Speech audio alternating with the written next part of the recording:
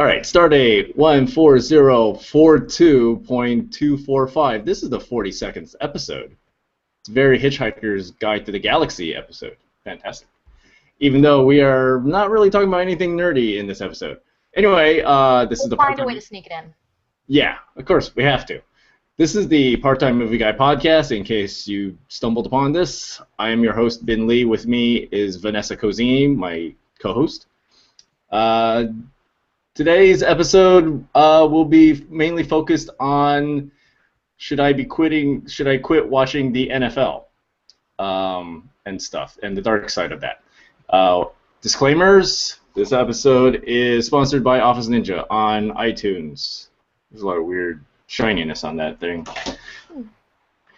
Also, this episode may be uncensored. For example, my bad phrase of the episode is alley apple, which is a euphemism for excrement. I'm not sure how that came to be unless, like, this is your dark alley and then there's an apple dangling, like a dingleberry. Yeah, I really don't get that at all. I've actually never heard it. Neither have I.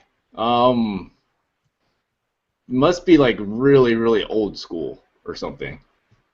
Yeah. Anyway, what's your bad word? I think mine's pretty old school too. It's slapper, and it's a euphemism for slut. And from the website I gathered this from, it was quite an interesting explanation is actually why I chose the word, because I actually really like the explanation. The word is applied more often to females, arguably because it's a built-in function of blokes, and it doesn't deserve a separate word. Slappers wander around the dance floor looking for drunken blokes, and then when they found them, they woo them by dancing backward into them accidentally. They are invariably spotted at the end of the evening telling the bouncer how lonely they are and trying to sit on his knee. Wow. I don't really even know how to compute that. It is like the world's longest explanation for just saying she's a slut. And none of them really involve, like, don't really sound like anything slapper other than, like, a flapper kind of thing or something. That's what it made me think of. I had a very 20s feel when I was reading that. I was like, Yeah, because I don't think it involves, like, the actual act of slapping. The apper part has that vibe to it as well. Yeah. So, yeah, if somehow we can use either one of these terms in this episode, we win brownie points that earn nothing. Also, last disclaimer, this episode may contain spoilers. For example, in 1946, Emperor Hirohito of Japan announced that he is not a god. So, that's sacrilege, blasphemous, something. Anyway, I think it has to stem from the fact that they kind of got nuked on a year ago, so he probably is not a god if he can't stop an atomic bomb. So yeah, that's just kind of my guess. All right, so usually this is when sometimes we have a guest. We had a string of guests. This time it's just me and Vanessa. Vanessa, this is your chance to, if you want to do a quick little intro of yourself and if you have any shit to plug. Okay, well, I'm Vanessa Cozini, and I'm just the nerdy girl in the group. Although the group's full of nerds, so it's kind of hard to say that I'm the nerdy girl in the group. I don't know. The stuff I have to plug is that I am starting my new podcast this week with my friend Stephanie Bray. And we will be discussing Losers and The Avengers, as they're both ensemble team-style movies with big explosions. So are you mainly focusing on comic book stuff, or you just happen to be, like, for this specific episode, that's your main topic? Like, can you tell what's the basic format of your podcast? Well, right now I'm calling it the Crazy for Cult podcast because I like all things under the very large cult umbrella, and everything falls under there from horror to superheroes. Not so much anymore. I stick to what I considered cult to be 5, 10 years ago, and somehow became mainstream. So it goes from anything from indie films to superhero films. Also TV, eventually I'll be doing some TV, but yeah, just reviews of things I consider to be culty in nature. Okay, so it's mostly like, you guys take a look at one type of media or something, and then you kind of review it and ish or something. Is Yeah. that is that a good? All right. I don't know if I Yeah, no, did. that works. I'm not sure if I did my part on pimping that out, but there you go. Good job. All right. So, speaking of nerdy stuff, let's quickly run down through some current event-ish stuff that happened in the week. The latest Doctor Who was Into Darkness, which did not involve Cumberbatch or, a J.J. Abrams joke in there. What did you think of the episode? I'm a bad Whovian. I haven't seen it yet. Oh, is it on the? Well, then I guess we'll be nice and not do any spoilers on that. Ooh. Yes. I felt like there was some very interesting parts to it. It was. I don't know if. Um, there were some parts that felt like it was definitely a bit of the old school adventure type of vibe to it. So I guess we can talk about it the next time, unless we Sounds are good. behind on 2 episodes. Then we got two to talk about. Um, Speaking of things that probably should not be worth talking about, but it's so stupid I think I have to mention it, although it's probably old news by now. Hello Kitty is apparently not a cat. Oh my goodness. I So, I'm not over this. I'm actually not over this. I mean, yeah, again, I the the stubbornness of Sanrio doesn't compute basically in my head. But Yeah. I mean, you can say she has the spirit and the personality of a third grade British student I from also don't know where they got the British part because So I read from one of the articles that when Hello Kitty was first invented in the 1970s, the Japanese were super into British culture at that time. hmm. So kind of similar to how like anime often is their version of what they think of American culture, including like redheads with big boobs and stuff. So Hello Kitty apparently they loved British culture at that time, and so they uh, made her a British student. Yeah. But it just leads She down has this, ears. Am I right? She's got whiskers and she's got ears. yeah, She has no yeah, mouth. You ever notice that? She has no mouth. It's kind of yeah. creepy. I mean, if you want to be real serious about her, I mean, how does she eat? Anyway, Or so breathe. well, I guess technically she has a nose, so you could get away with that logic. Okay. All But right. All right. but yeah, the whole yeah, and then it just leads to a whole well, what about all our other friends like Kiro Kuropi and Pachaco? What do they do? Are they like architects or basketball players or detectives or something? Uh, anyway, so yeah, there's that. About 2 weeks ago, I don't know how to segue into this. About 2 weeks ago, the students created a nail polish that can detect roofies in your drink. We were going to talk about a little bit about that last week, I think, and somehow we skipped over that topic. We had a Um, lot of topics. yeah, we did. This one apparently is going to have lots of topics too, so I need to go faster. But Oh, I read an interesting BBC article that talked about some backlash about it. Mainly, while it is a good idea to have this, but it's kind of like the main arguments against it was why do women have to worry about this in the first place? They should not have to be put in a position where they have to be manually testing these things. Um, and who knows if it's even like how foolproof that you know that nail polish is. Um, you know, I have some interesting opinions about this, and my opinions are as varied as the discussion about it is, I think. Because I come from a very male-dominated family. I have four older brothers, and I was always told to protect myself. I was always told to look out for myself, that nobody was going to look out for me but me. And I was taught that by my brothers and my dad. And going out there, I think it's a good idea to arm yourself with as much as humanly possible. I remember when I started college, they had just come out with those coasters that could detect roofies. You know, you just like Oh, I didn't know spill a they. little bit on the coaster. Oh, I didn't know they did that. So you would just do it. You'd like kind of just drop a little bit of it, and then it would change the Hmm. color. Okay. Yeah, it would change color. The problem was at that time was they would be giving them out, but they would be giving out fake ones that didn't actually detect the roofies. Mm. So girls would get into a false sense of security because it's all one big power trip. That's the entire issue at hand is everything about sexual assault is about power.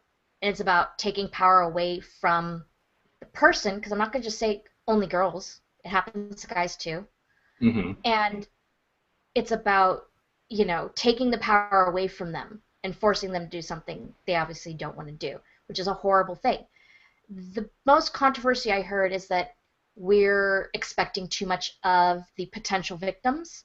We are, as a society, are constantly asking, what was she wearing? Was she drunk? Constantly trying to blame the person rather than the actual criminal. Right, And or how the system encourages or is not there's not enough in place to prevent this type of culture or prevent this type of stuff from happening because yeah, on a typical situation, a female should not feel like she has to be on guard at all times in a large setting as much as a regular straight male. exactly. Unfortunately, that is the world we live in. That's the world I grew up in. I constantly remember, you know, being told how to protect myself, being shown how to protect myself, and looking out for different things and signs. And, I actually never um, went to many of those types of parties where that would happen. But from what I understand, that's not where 90% of assault happens. That's Hmm. where, like, it's actually a much smaller percent than we're led to believe as a society. So I think the nail polish is a nice idea. I think you should always be able to arm yourself, but I think there's more we could do as a culture to put the blame where it really honestly belongs. Hmm. So I mean, it's basically bottom line. It can be used. Hopefully, it can be used as another tool, but it's just a tool. It's not, not the one thing to just instantly feel safe. Exactly. A lot And of God, oh no, I was just going to say, and of course, there needs to be a culture change in general as well. absolutely. Unfortunately, I read another article where they were talking about it, and they said, well, this will be another thing that if you weren't wearing the nail polish, you'll be blamed for not preparing yourself enough. And that's a sad fact to think about. There's always going to be people are always going to be able to find a reason to blame who they want to blame, unfortunately. Yeah, yeah. Speaking of, women dealing with more sexist issues, um, so this happened earlier this week. We talked about how we were fans of feminist frequency, Anita Sarkeesian, and she actually received so many death threats from her latest episode that she actually had to leave her house. Oh, So really? the interesting twist to this now recently that I read this morning was a group of gamers, mainly from the indie world, but nevertheless are trying to get awareness of this, is trying to create this pledge, basically talking about if you see anything sexist or misogynist in a chat room or anything, do your part to call them out. Either alert the game masters or whoever's hosting that. So it's not directly it's not a direct saying, we want to protect, Anita Sarkeesian, but it's definitely it was in response to what has happened to her, and to kind of, and to kind of go back, kind of touch up on the whole roofie nail thing, is trying to change the culture from the ground up, because it involves, just re-educating men, or just whoever perpetrates such behavior. Just trying to raise awareness and telling them, hey, stop it, and to rein it in. That's extremely unfortunate. I didn't know that actually had happened, that she had to leave her home, and that's appalling. That's really, truly appalling to me. I mean, to think that you can be attacked so much just for having an opinion. This is 2014, people. We are not living in the dark ages where we beat women for having an opinion. I just don't know what's wrong that we've taken so many steps backwards that it's gotten to this point. I mean, I think this is as a general thing. It's just the internet is just a place where things can be a little bit more variant. I don't know if variant is the right word, but there's the nicer, you can see the nicer, things can be more exaggerated. Someone's kindness can be exaggerated, as in the awareness raised for ALS Ice Bucket Challenge, or one's hatred can be exaggerated through people, like what happened to Zelda Williams, or what's happening with Anita Sarkeesian right now. But yeah, sorry. What did you have anything else to add? Oh, I was just saying there's an anonymousness. There's anonymity. Gosh, words. They're fun, aren't they?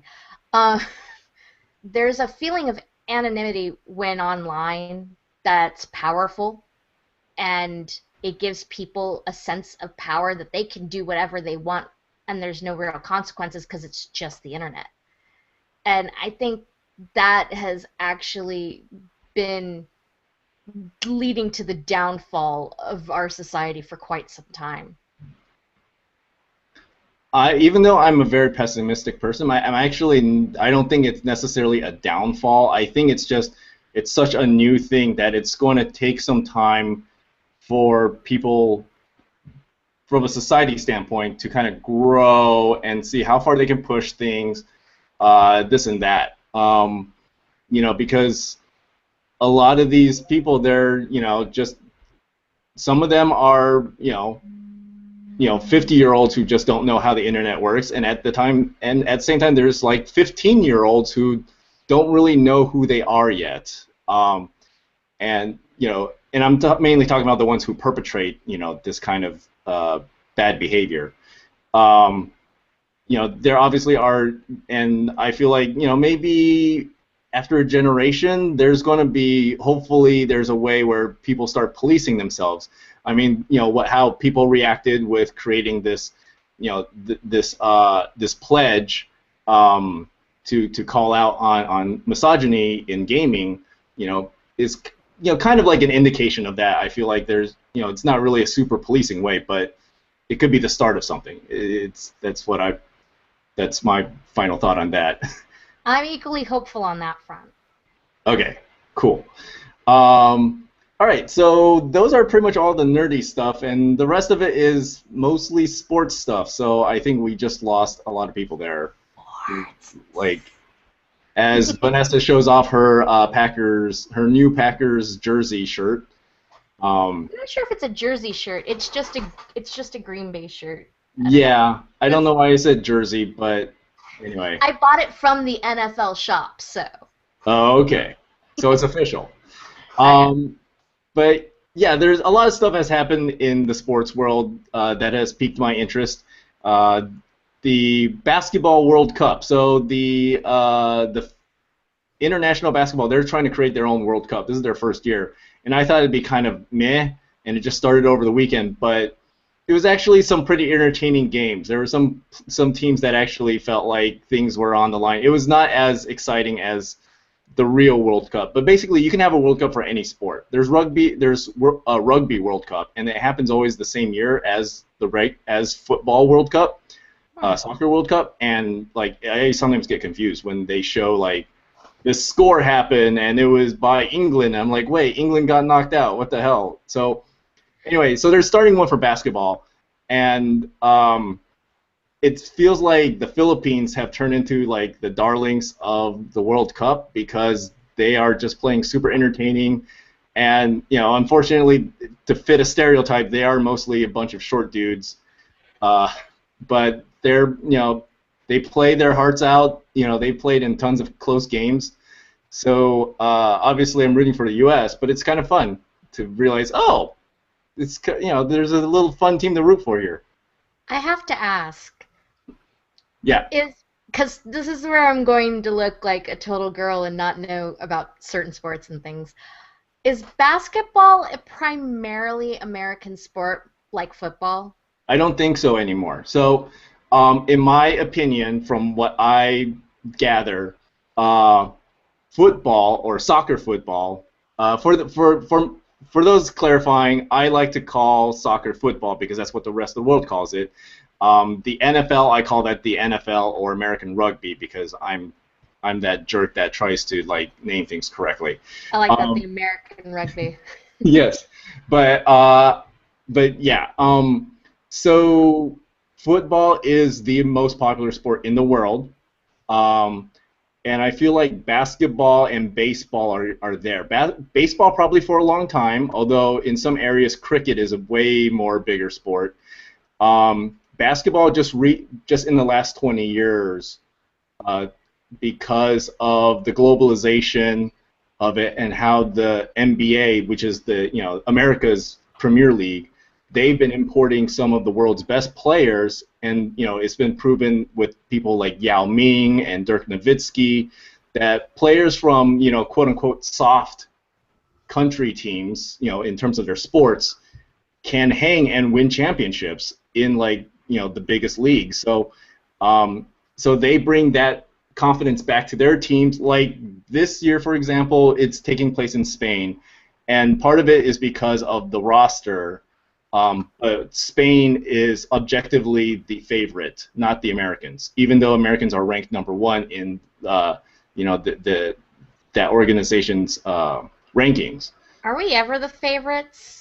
Yes, the U.S. ever since the Dream Team of '92 has usually been ranked #1, and they've always been up there a lot because the college players, are usually so good. And then when the Dream Team came along and you played, the U.S. played professional players, then it was for a long time, it was always the U.S. team would be the general favorite and would succeed in the Olympics or these World Championships. And it wasn't until around '06 that, due to many circumstances, including just degradation of the roster, but also the improvement and confidence of other teams, that the U.S. not only didn't finish well, they finished 6th overall, I think. They didn't even medal, if I recall. So, I think it'll be interesting to see if the World Cup of basketball continues. This is their first time doing it, so there's a lot of kinks they got to, iron out. I don't think it'll be as big. It'll never be as big as football World Cup, but it's fascinating to see them try this. So yeah. Speaking of football, I'm talking about the Manchester United English Premier League. That's my team I follow. This is kind of, so they have something called transfer windows, and that's basically when you sell and buy players, and there's a deadline, and after that you have to play with your team for a few weeks, and then another window opens up in the winter period. Anyway, so that sounds convoluted. It can be. It's also at the same time, kind of simple too. It's like you either buy or you put out a player for loan. So Man United, they've been, they got this player Angel Di Maria from who's an Argentinian player. He looks pretty good in the latest game, but the sucky part is they've lost some really young talent to other teams, including Mexico's favorite player Chicharito. He's the player that kind of helped me get into Man United, get into watching the Premier League, because he's this young budding star from Mexico, and my Mexican friends obviously were getting me into football, and so they were cheering for Chicharito.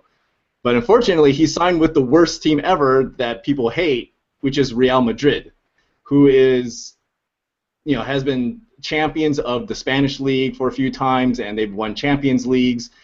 They're basically like the Yankees of that league.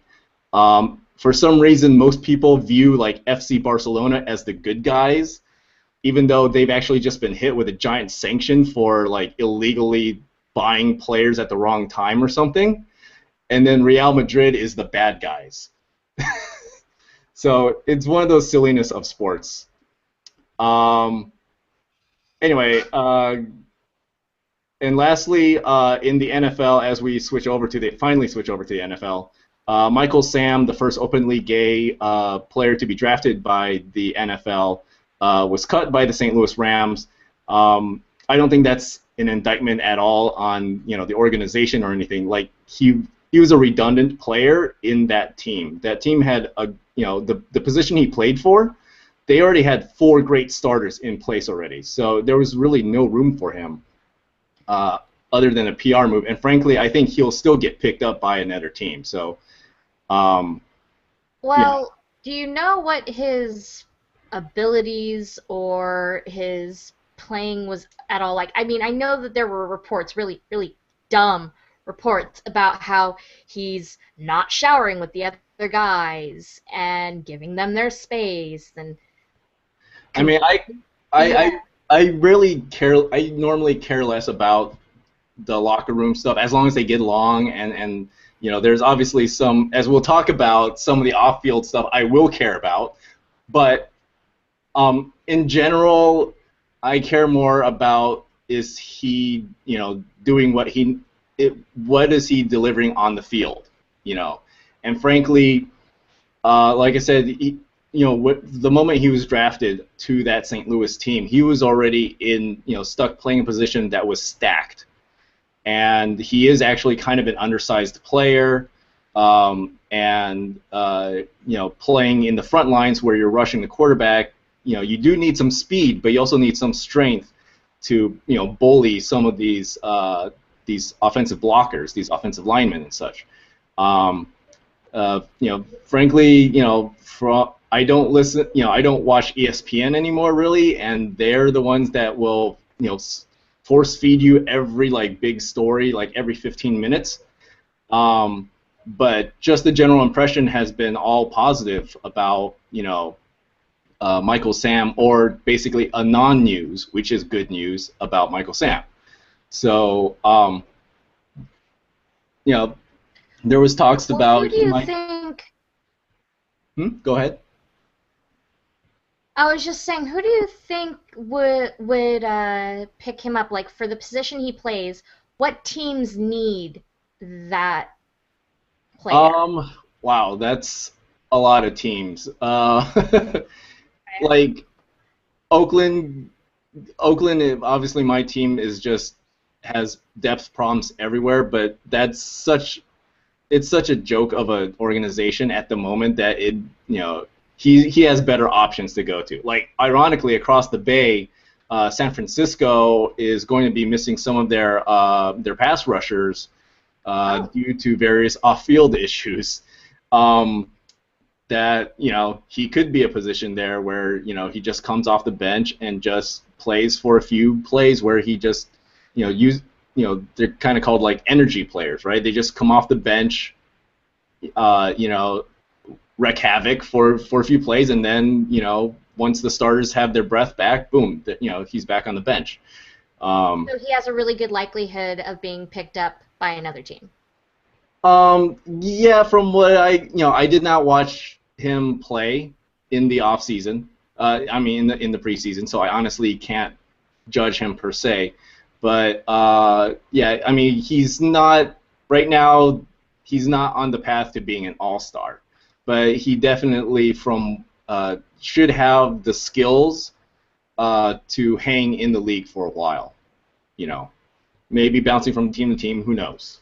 But that's kind of, I think still overall, it's still a very good story. And I think the story will still continue.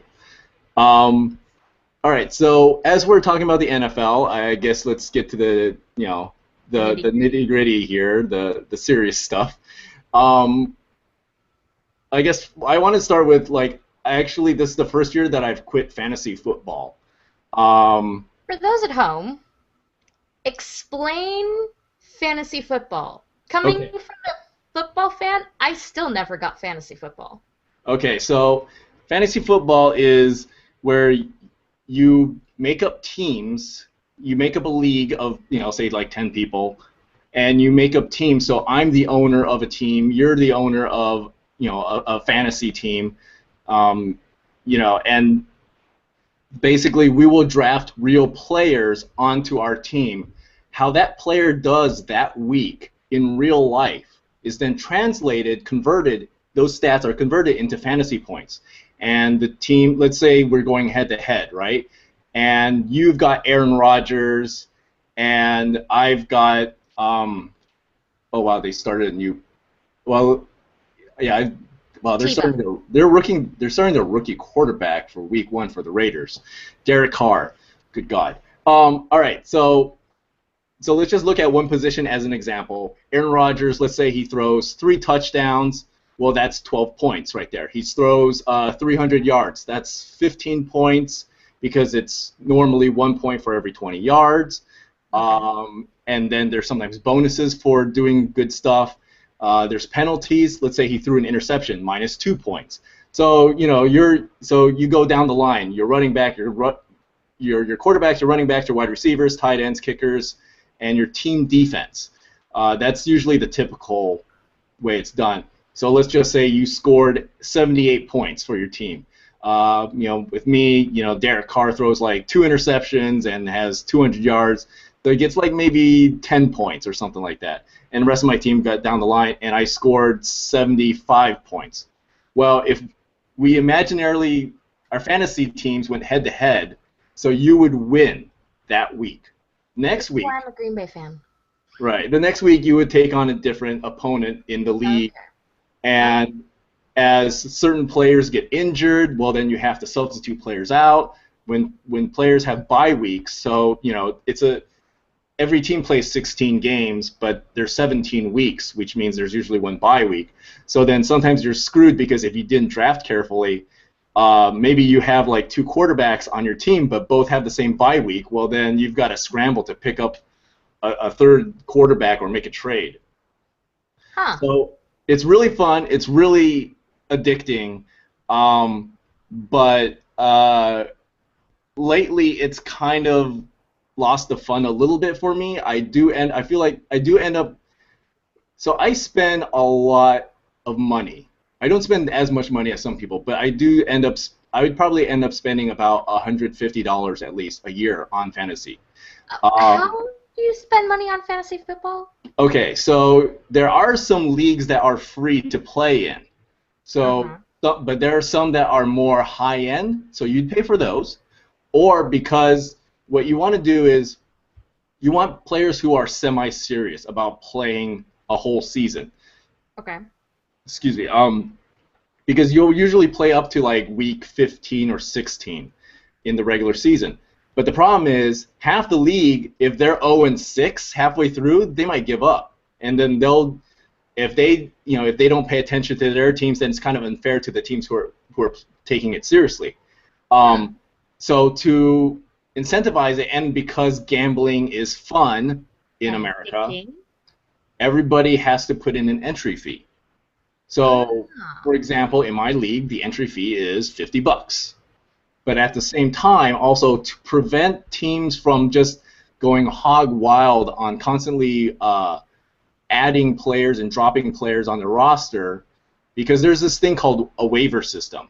So, for example, let's say there's, let's say Aaron Rodgers somehow gets injured for one game, so the backup quarterback is now available. Well, if you time it right, you can drop a player, and basically there's a two-day window before another team can pick up that player. Oh. So you could theoretically kind of create a bottleneck if you time it on how you add and drop players.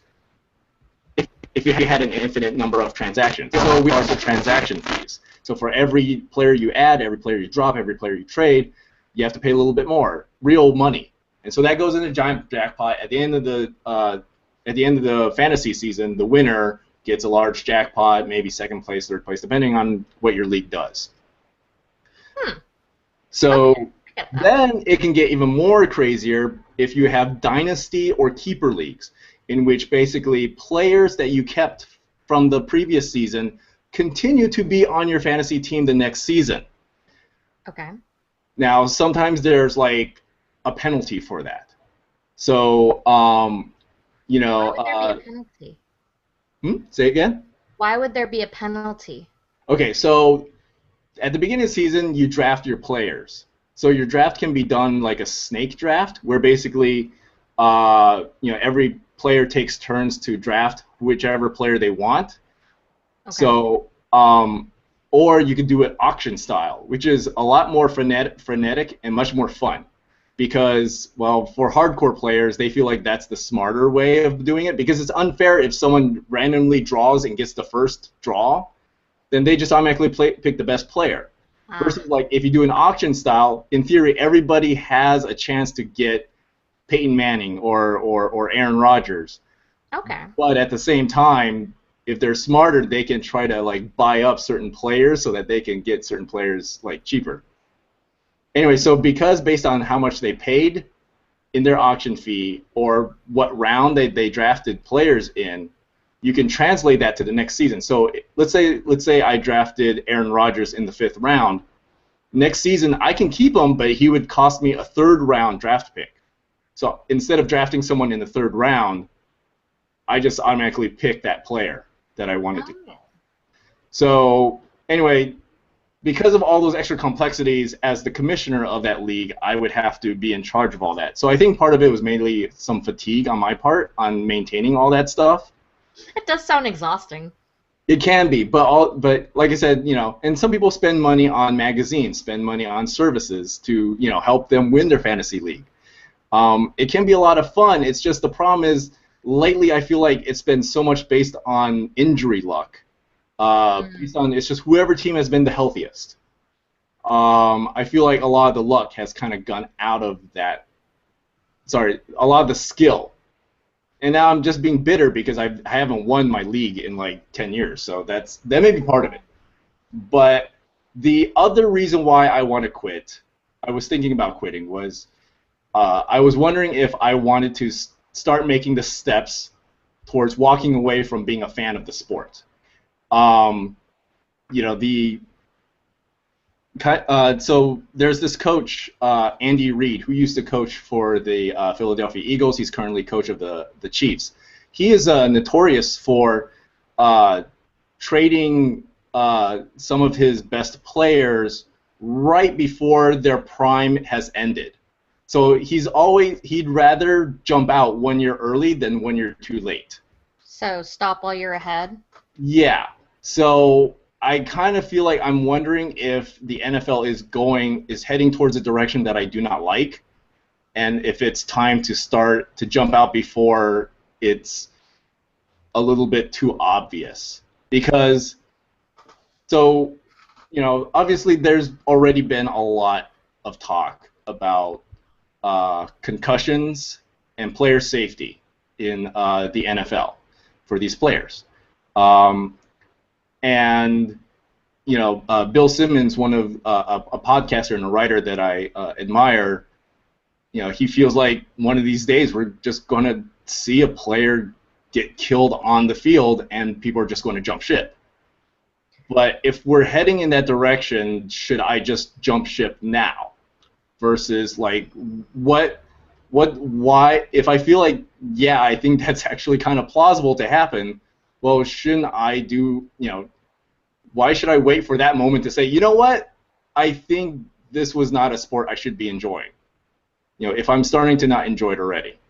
That makes a lot of sense. It's a bit of a stretch per se, but we humans do tend to be very knee-jerk reactionary on this stuff, and I'm just trying to be a little ahead of the curve so that I feel less guilty if it really feels like if the player safety issue really is an issue. So, I mean, one of the biggest things we can talk about, obviously, the biggest thing has been concussions. It's gotten a lot of media attention in the last few years, which has been fantastic. I mean, they've tried to change their protocols. There's been a few really, really good like documentaries. Like PBS had a good one about a year ago. I forgot what it was called. But that one was pretty damning because it literally portrayed the NFL like those cigarette companies in the 1990s who had the data years and decades before about head injuries and were blatantly using conflict of interest to not to just hide this stuff from their players and from the public. But yeah. And speaking of PBS, Vanessa, you wanted to talk something about Concussion Watch? Yes, Concussion Watch. I was doing a little bit of digging, and I noticed this on PBS called Concussion Watch, which tracks the officially reported head injuries in the NFL. And when you go to the webpage, it tells you all NFL concussions in 2013. Wow. And it's 152. 152 for the whole season? Yes.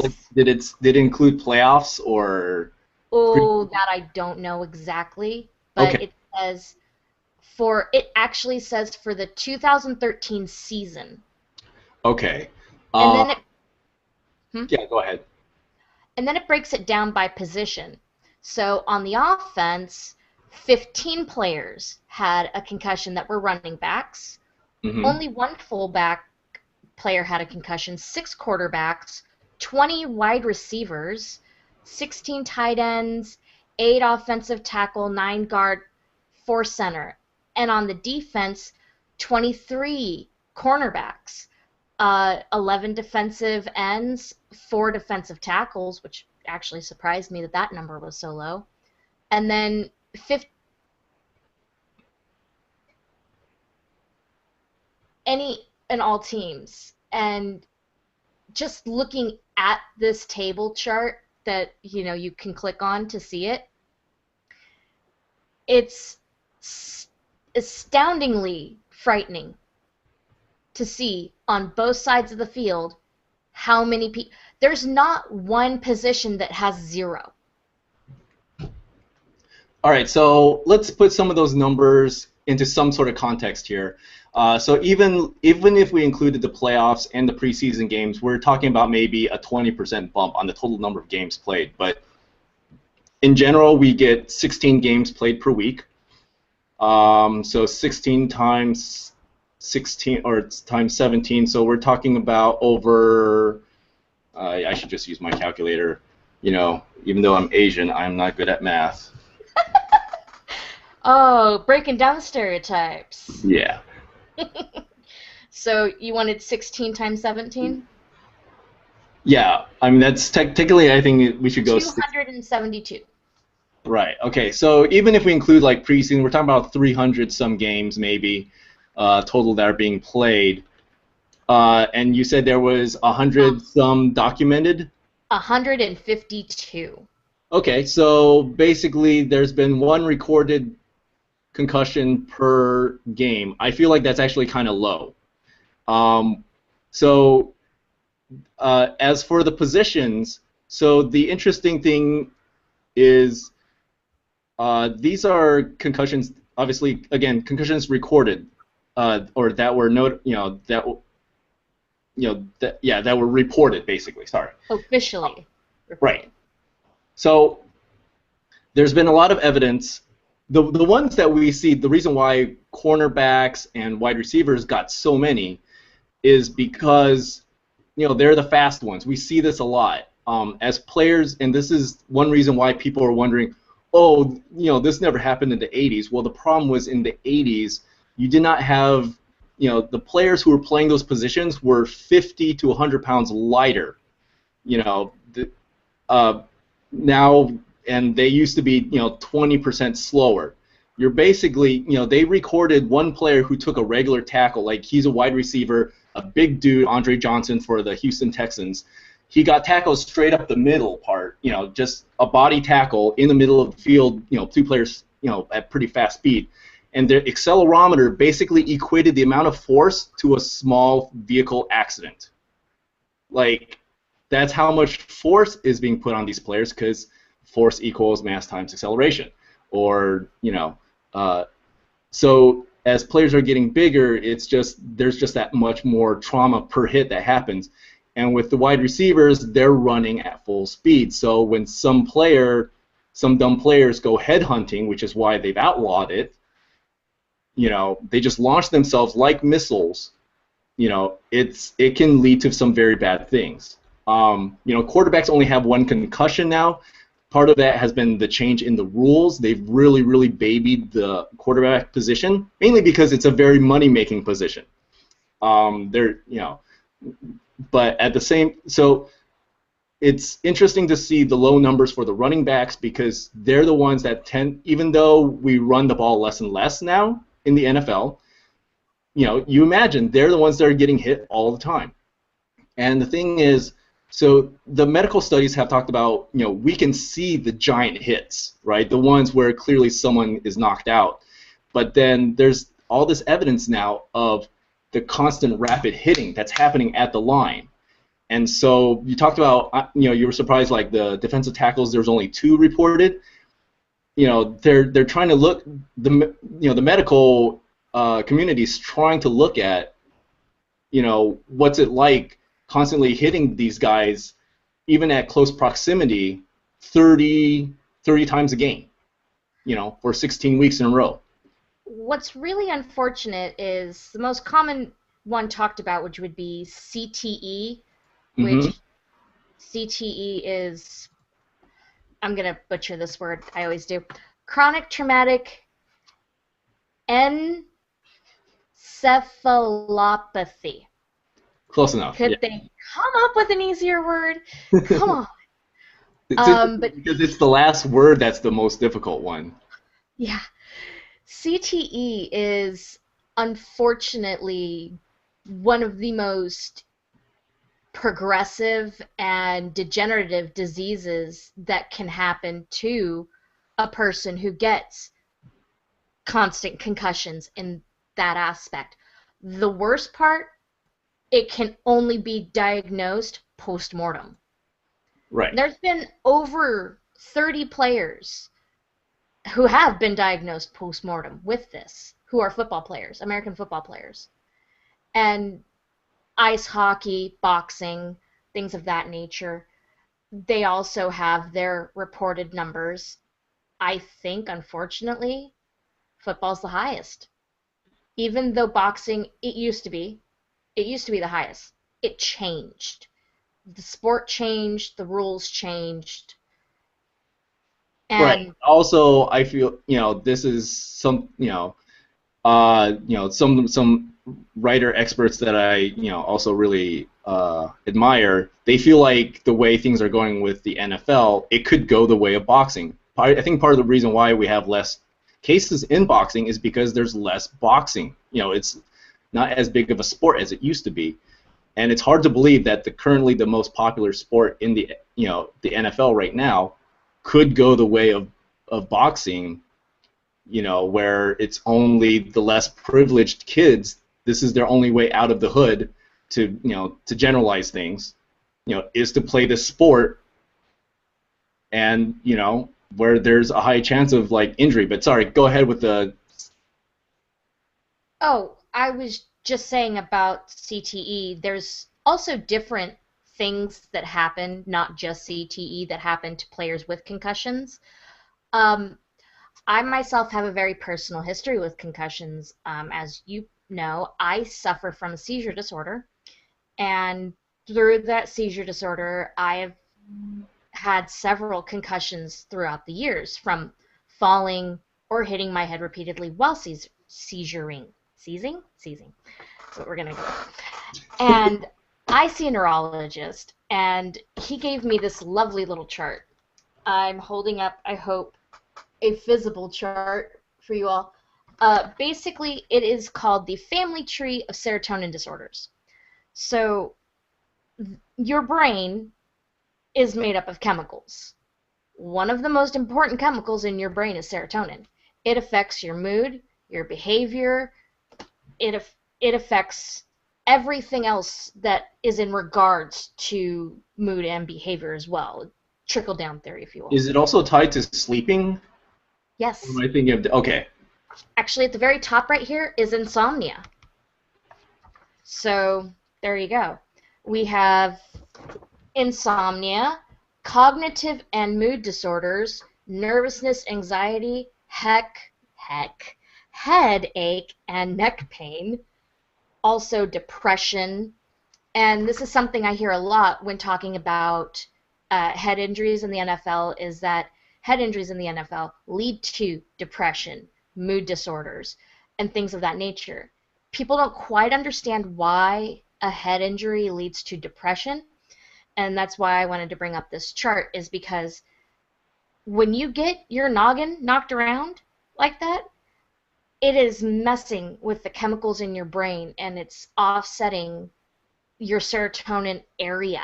There's actual area in your brain where the serotonin is, starts and releases. And when you're getting knocked around, it messes with that.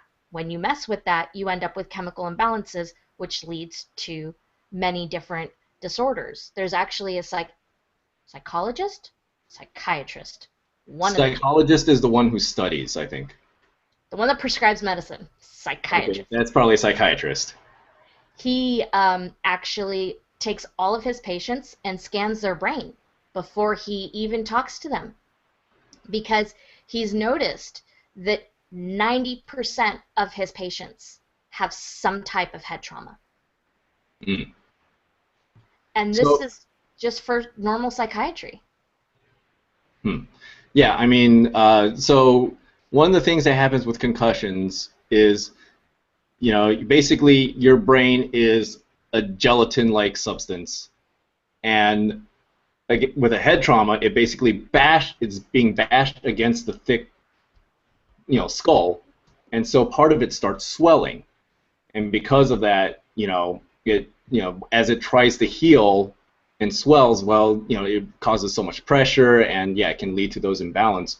When I used to play flag football, or I guess flag American rugby, if I want to be consistent with my my wording here. With your snobbishness. So this is bad. This is a bad sign of my coaching, but I actually had two players suffering from concussions the same season. One fell on his neck. He got upended in midair, landed on his head and neck. Another friend of mine basically accidentally took a head-to-head collision. So my friend described it. His day job is computer programmer. He felt like he was in a fog for more than a week, where basically like there was this veil just in front of him where he could see, but he couldn't really see through it like clearly, and that's also metaphorically for how he was trying to think and when he tried to work. Do you feel like what were some of your experiences when you suffered a concussion? My experiences varied with my concussions, as they do with my seizures.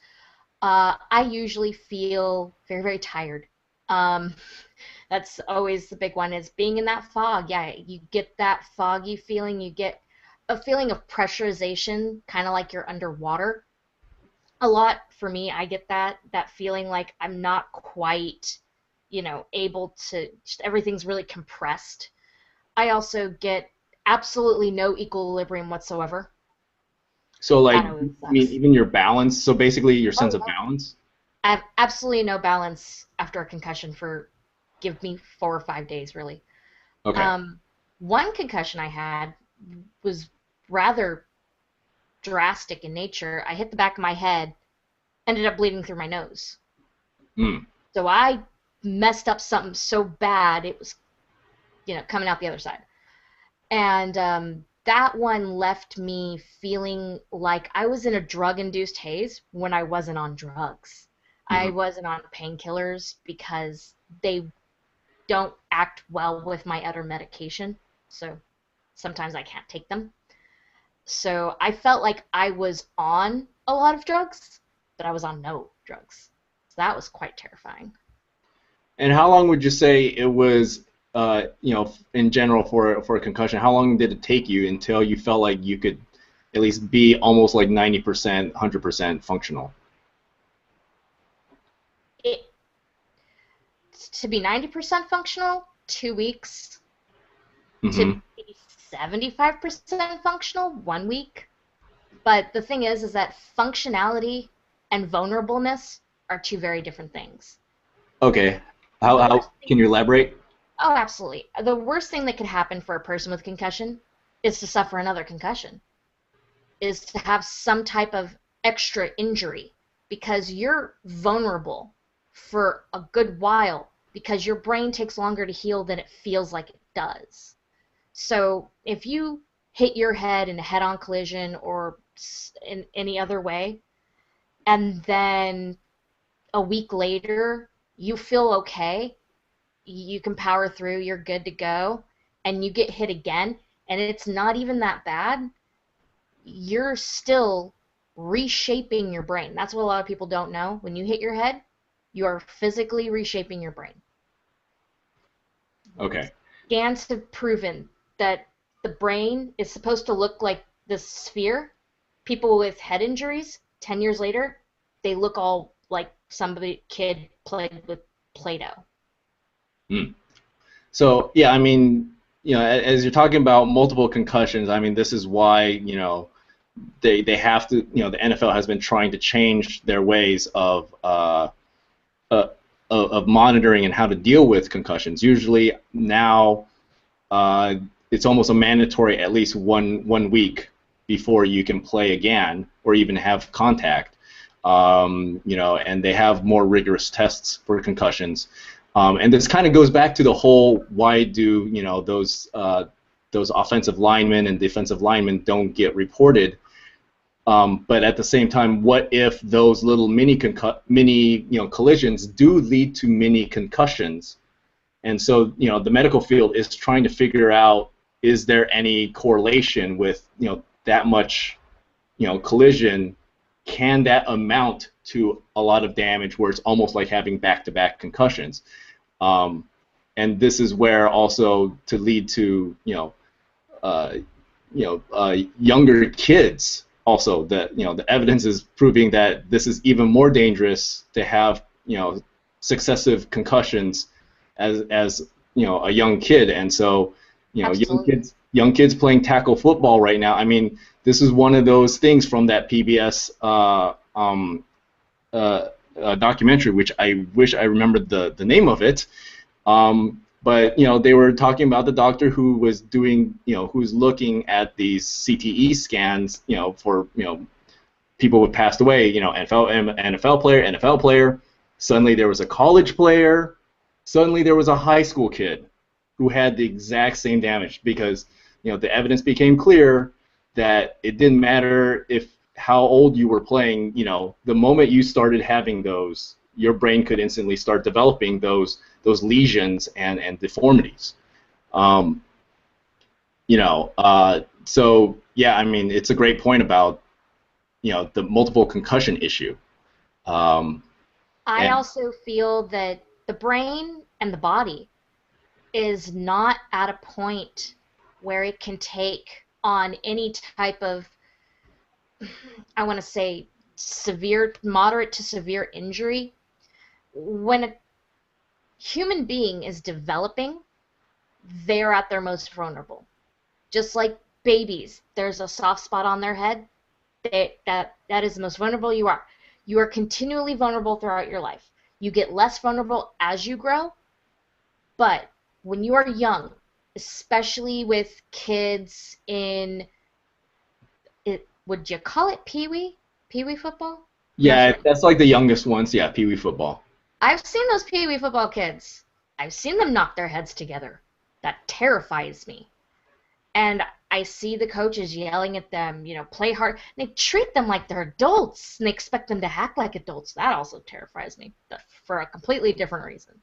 But when you have miniature people, they are not done growing. And when they sustain head injuries or physical injuries, that is going to handicap them in some way for the rest of their life.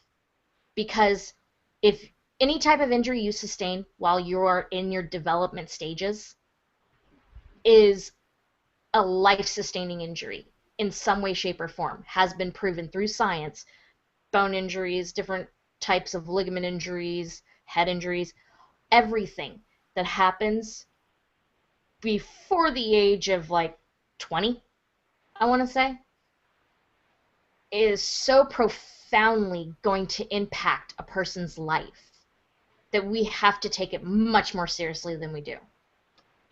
Yeah, I mean, we can see some, people trying to strive to change the culture, trying to, change the protocols, starting from the NFL and, slowly matriculating down to the college and to the high school and from there on. Um, Crap, I lost my train of thought.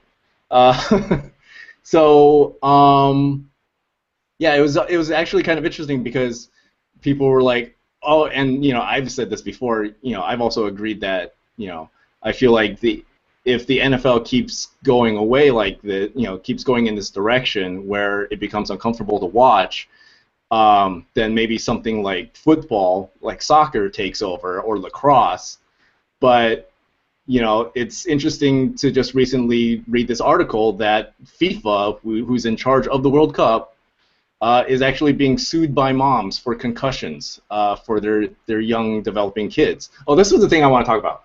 So you mentioned about how it plays concussions plays around with the hormones and the chemicals in your brain. Well, kids developing, I mean, they have new hormones. They're going through chemical changes.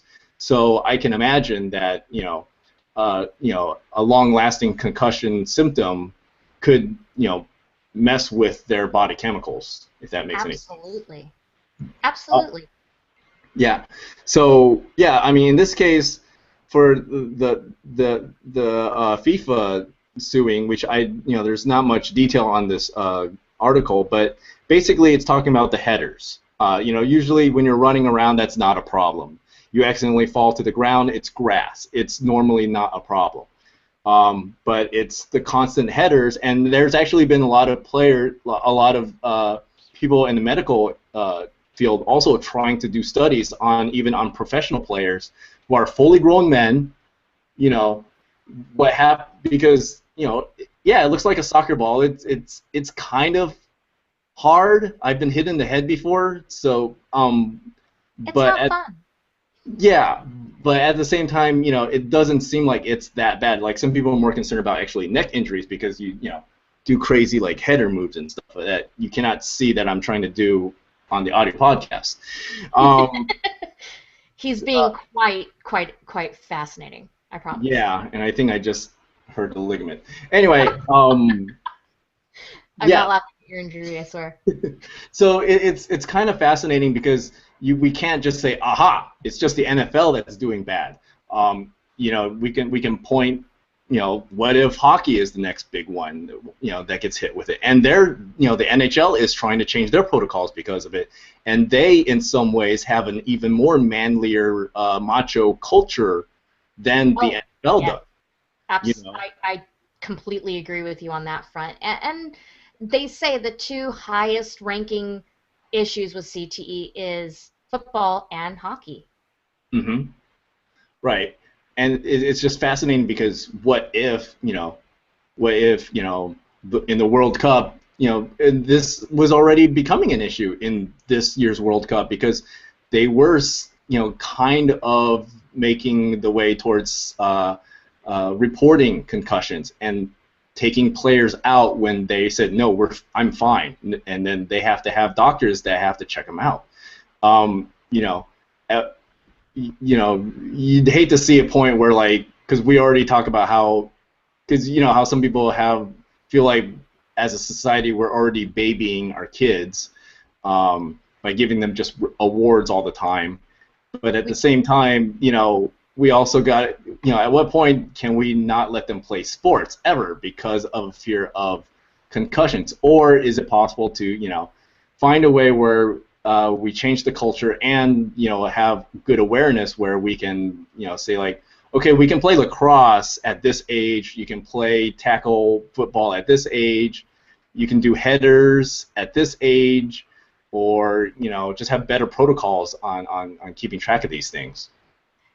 It's really hard to define what the utopian world looks like if we want to have it perfect, because there's been articles I've read that say these safe playgrounds are actually stunting the growth of America, because when there's no chance of actual, hurt, boo-boos, I guess, because I don't want to say injuries, because we're talking about serious injuries, but the way that they've made these playgrounds and the way we are overly making sure children are safe in certain aspects. So are you talking about where, like, you have the swing set and on the bottom it's just made out of, like, the rubbery thingy? Yeah. Okay. Yeah, I read an article that said that those are stunting our children's growth. It was a very compelling argument, too. And I do have to agree that kids need to get hurt. They need to understand failure. They need to understand that not everybody gets an award for participation in real life. I don't get an award for participation. I don't get paid because I showed up. I get paid because I do work. There's a difference.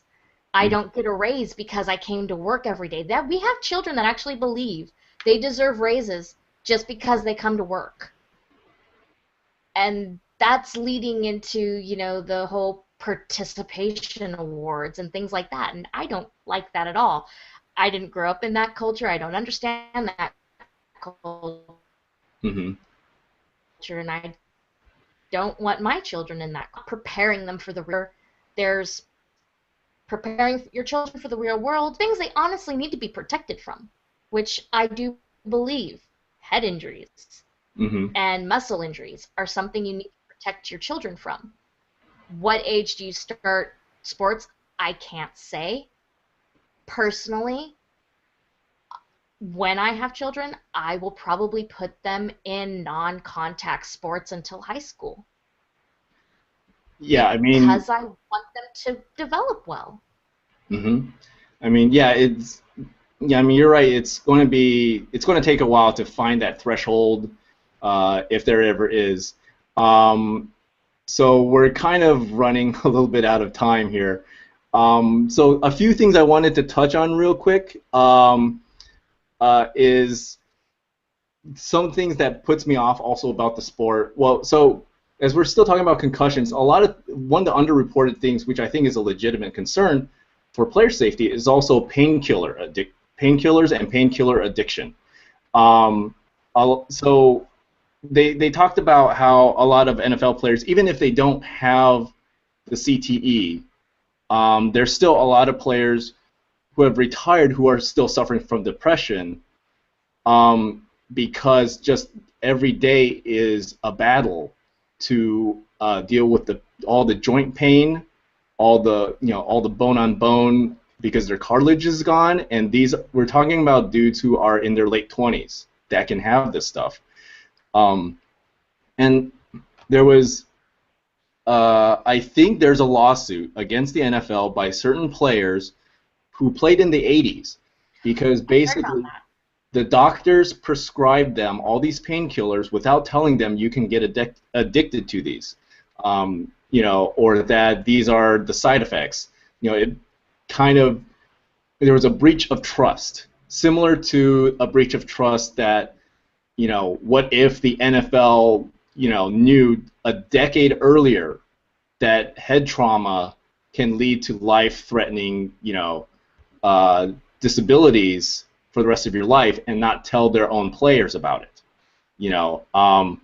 There's, and and to just segue into the other item I wanted to touch on is, as despicable as some of these actions may be for the NFL, it feels infinitely more despicable for the NCAA to be participating in this, because they, until the recent Ed O'Bannon trial, I mean, the school, the coaches were making millions and billions of dollars, and these kids could potentially be throwing away their lives, endangering their lives, for academic scholarships. It's and it's not necessarily a one-to-one correlation, but I can't imagine, all that money, it did not empower some of the bad behavior on some of the coaches who were, caught on camera, hitting kids and all sorts of physical, verbal abuse. And obviously the worst of all was the Jerry Sandusky situation in Penn State. Are you familiar with that one? I might be, it might not be remembering. Refresh me. So he was an assistant coach for Joe Paterno, and he probably did sexually abuse young boys for decades in the same locker rooms, and the coach, even when another assistant coach, saw this and reported it to the head coach, in fear of tarnishing the school's reputation, basically looked the other direction for decades. That's now wrong.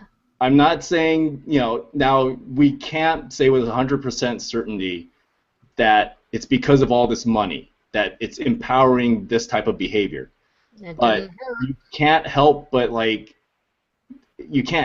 imagine, it did not help against this type of situation. I mean, this is an ultimate dark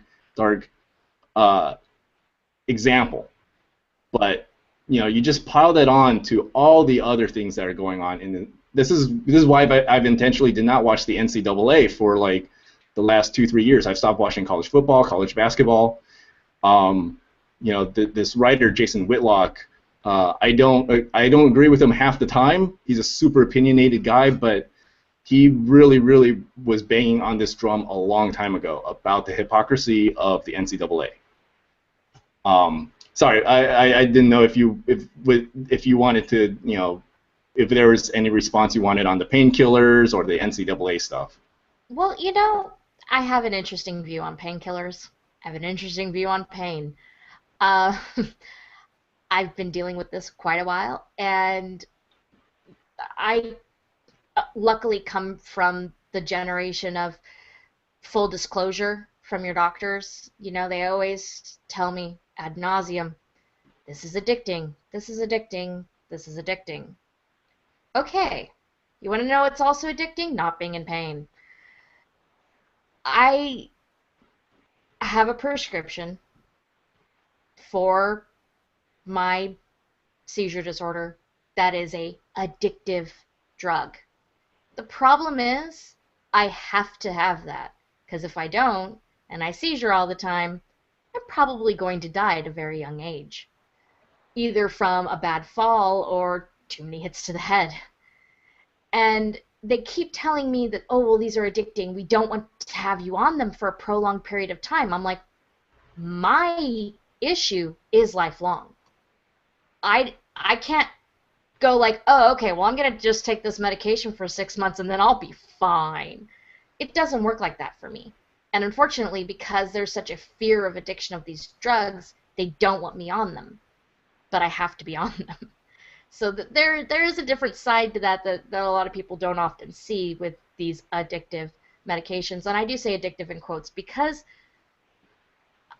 I don't believe all of them are. That's a personal belief of mine, just from what I've seen and how people have dealt with certain medications. So, yes, there's a lot of them that are absolutely addictive, and that is something people do need to know about before they put that in their system.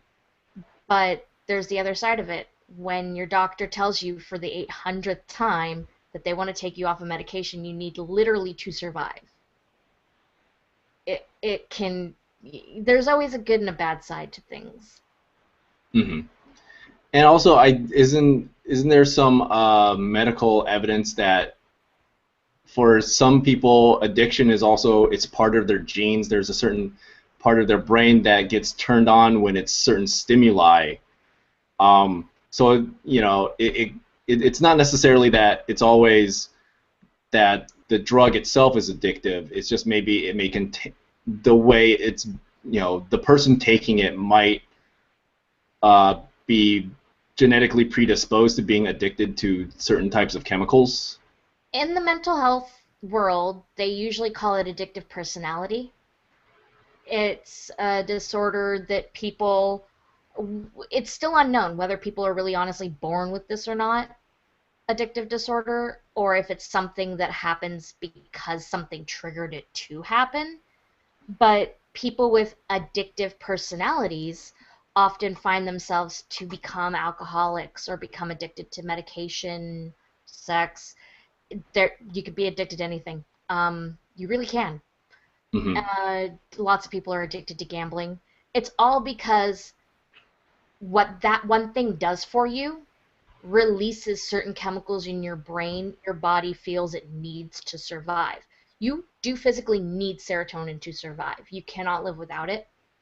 So when people get addicted to gambling, the rush they get releases a lot of dopamine, a lot of serotonin in your brain, and it makes you feel happy. But beyond feeling happy, your body recognizes it as something it needs.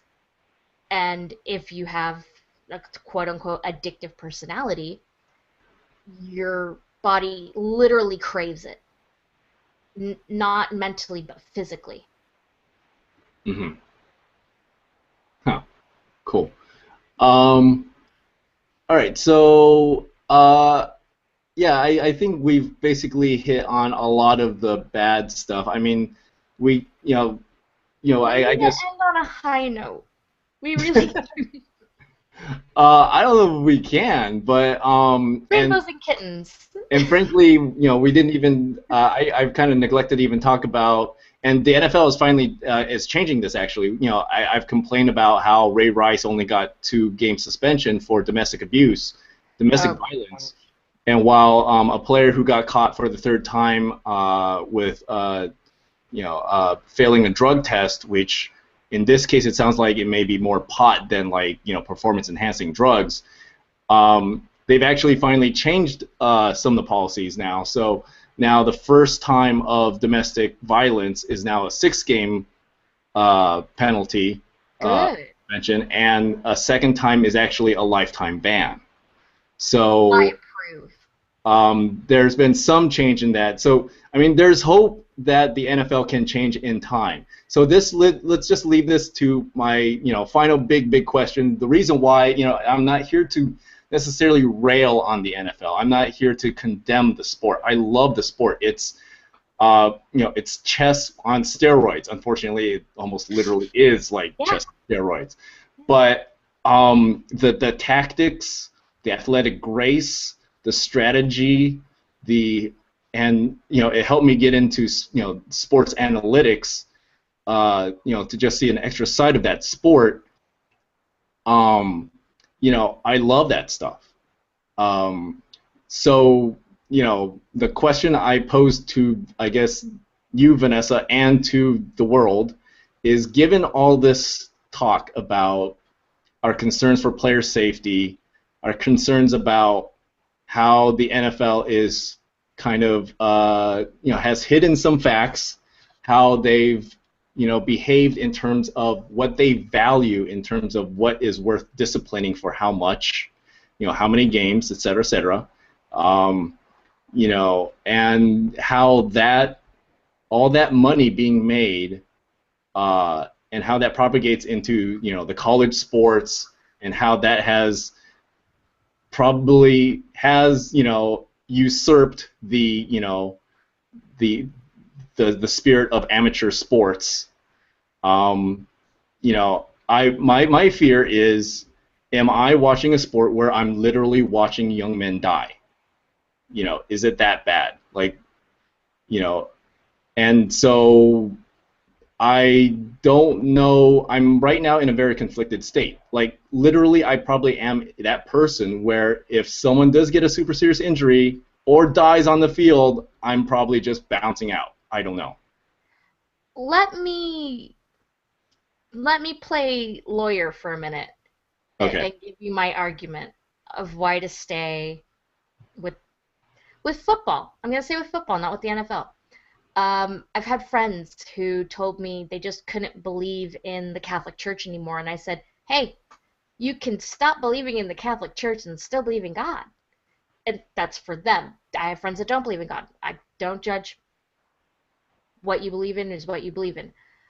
But I think for this, you can still enjoy the sport while looking at the organization and holding them to a higher standard.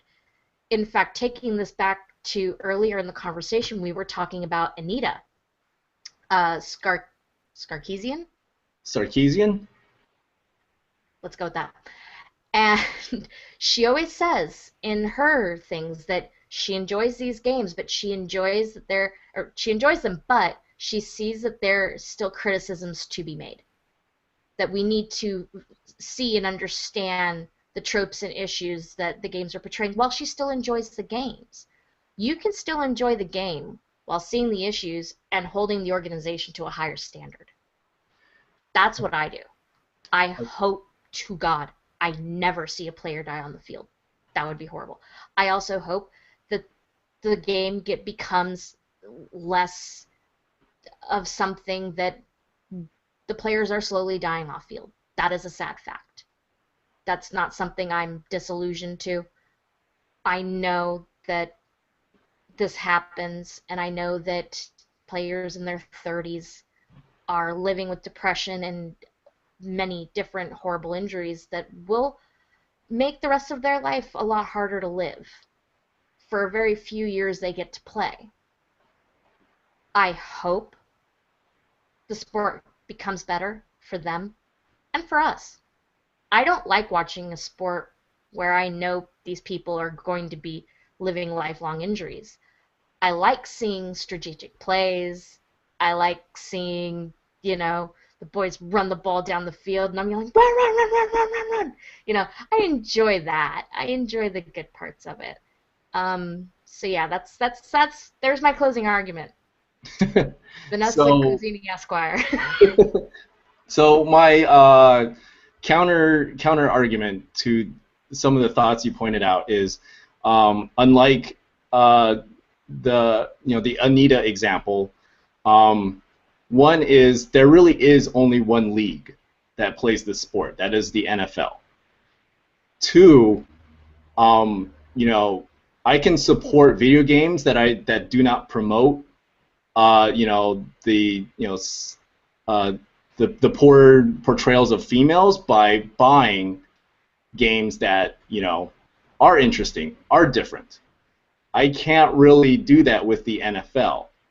Also, I am directly watching players, get hurt in front of me for entertainment versus with the Anita one, it's an indirect hurting of how we view women, blah, blah, blah.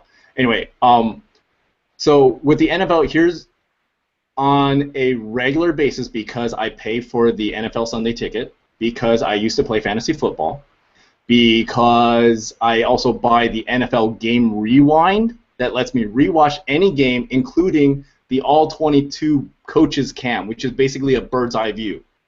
Huh. it's the most gorgeous thing to see because you see all 22 players moving around. In general, I'm spending probably at least $500 a year. That's not including any merchandise if I buy any.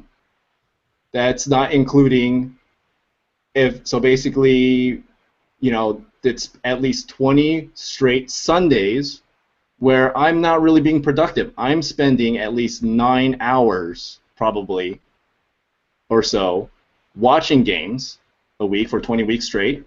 I'm reading articles of, almost every day during those weeks. So that's probably another 5 hours at least. So when you want to, the ultimate way of, voting is to, put where do you want to put your money. Right now, I am culpable in promoting the way these players are getting hurt. By pouring all that money into fantasy football, into those TV stations, into watching those, the ads, and supporting, the news sites, the sports sites that talk about these things.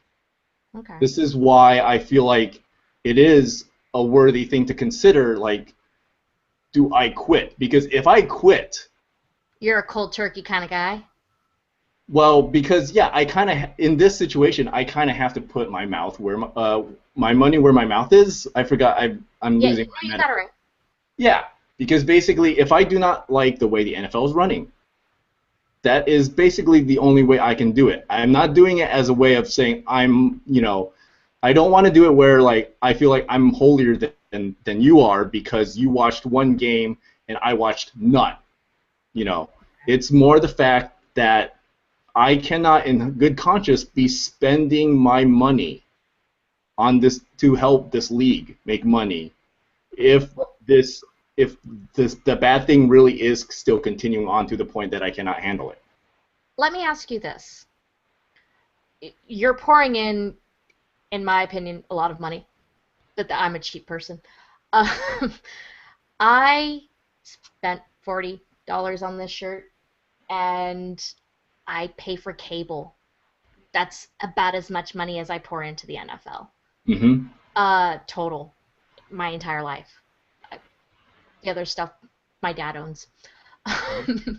So I do like my team, and I do like my sport, and I like watching it. I don't pay for the Sunday ticket. Mm-hmm. I know I can only watch certain games on my TV and other games. If I can't watch them here, I can find a way to watch them online. But maybe putting your money where your mouth is doesn't have to be all or nothing. Maybe you just scale it back a few $100s. Uh-huh. Don't do fantasy football, don't pay for the Sunday ticket, you just pay for whatever the regular cable gets you.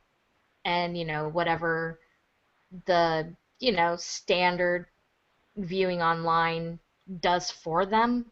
I've never quite understood all of that, but I get, people pay for ads, and you viewing the site pays for, there's math. I don't like math. Being a total girl here, I don't like math. Don't make me do it. But yeah, I don't think you have to go all or nothing. That's just me. You could be that type of person that's perfectly okay, that you're like, you know what, I'm done. I don't like the way things are running, and I don't feel comfortable supporting them in any way, shape, or form, and go cold turkey. I don't think you'll enjoy it as much. I don't know. That's not a very strong argument, but that's the one I'm going with. Yeah, so, basically these are the thoughts that are rattling in my head. And I think we've definitely hit the overtime on this. So I want to thank my host, Vanessa, who can be reached at crazy4cult on Twitter. And look for her new podcast, Crazy for Cult. Are you planning on doing a live broadcast on Thursday, or are you just recording on Thursday? I'm recording Uh-huh. and figuring out how to put it online. Okay. So I'm I'll not sure if probably I trust myself to go live yet. so coming soon. Coming soon. Coming soon to Yes. an internet near you. Yes. Super cheesy. And it'll be on YouTube. Yes. All right. I'm also reachable on YouTube. Oh gosh, what's my YouTube handle? I can't remember anymore. I give up. Look at me for crazy for cold. I'll post it there. Yeah. Cool. Well, thanks for listening to all that stuff. It's been a really excellent conversation, to talk about, the serious side of the sport. Um, and And we're ending with puppies and rainbows. yes, Sparkle or, glitter. and in 2 days, I'm going to forget about it, and the NFL season starts, and, let the madness begin. Um, oh yeah, I can be reached at PT Movie Guy on Twitter. And say goodnight, Vanessa. Good night, Vanessa. And I'm Ben Lee, and I need a new sign off.